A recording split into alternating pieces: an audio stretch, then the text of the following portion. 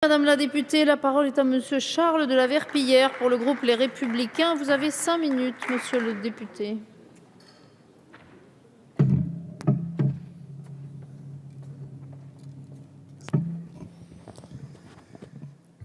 Messieurs les ministres, monsieur le président de la commission des lois, madame et messieurs les rapporteurs, merci madame la présidente, j'aurais dû commencer par là. Messieurs les ministres, votre projet de loi sur le terrorisme ne parviendra pas à réparer les erreurs commises par la gauche et à rattraper le temps perdu depuis que vous êtes au pouvoir.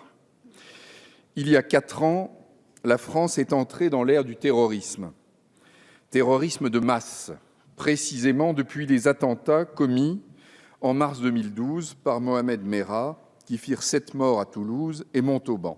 2 mois après, en mai 2012, M. Hollande était élu président de la République et la gauche prenait les rênes du pays. Depuis, la menace terroriste s'est accrue dans des proportions inimaginables, jusqu'aux attaques de Charlie Hebdo et de l'Hyper-Cacher en janvier 2015, puis au massacre de Paris et Saint-Denis en novembre de la même année. Qu'a fait votre majorité pendant ces 4 ans en matière de lutte contre le terrorisme et de politique pénale?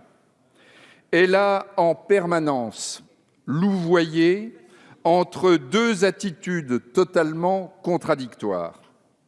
D'un côté, Madame Taubira, prisonnière de son idéologie, a considérablement affaibli la répression pénale de la criminalité en supprimant les peines planchers pour les récidivistes et la rétention de sûreté que nous avions instaurée, et en restant sans réaction face à la mainmise de l'islam radical sur les prisons. De l'autre, les ministres de l'Intérieur successifs ont fait voter plusieurs lois sur le terrorisme et le renseignement. J'ai, pour ma part, voté pour certains de ces textes lorsqu'ils allaient dans le bon sens.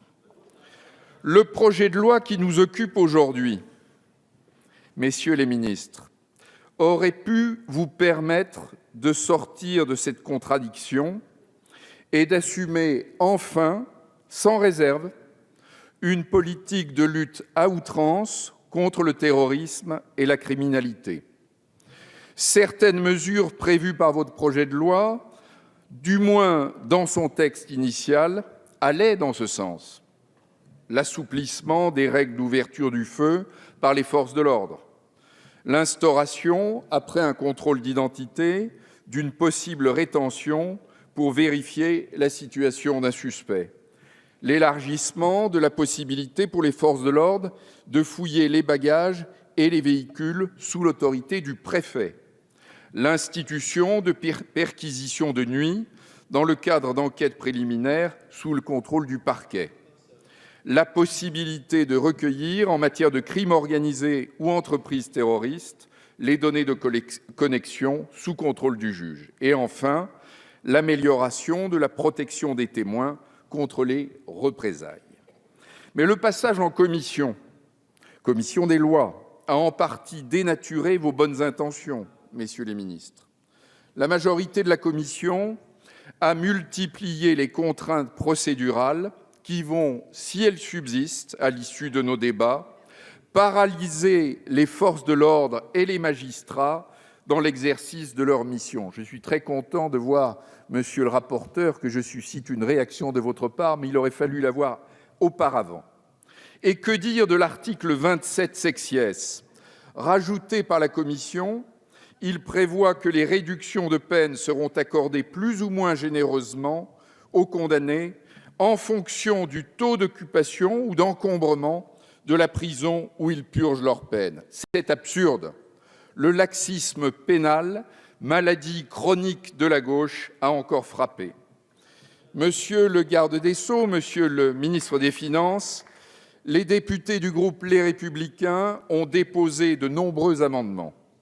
S'ils sont adoptés, votre projet de loi retrouvera son sens et l'efficacité de la répression du terrorisme sera renforcée, Notre vote final sera fonction de l'accueil que vous réserverez à nos propositions. Je vous remercie.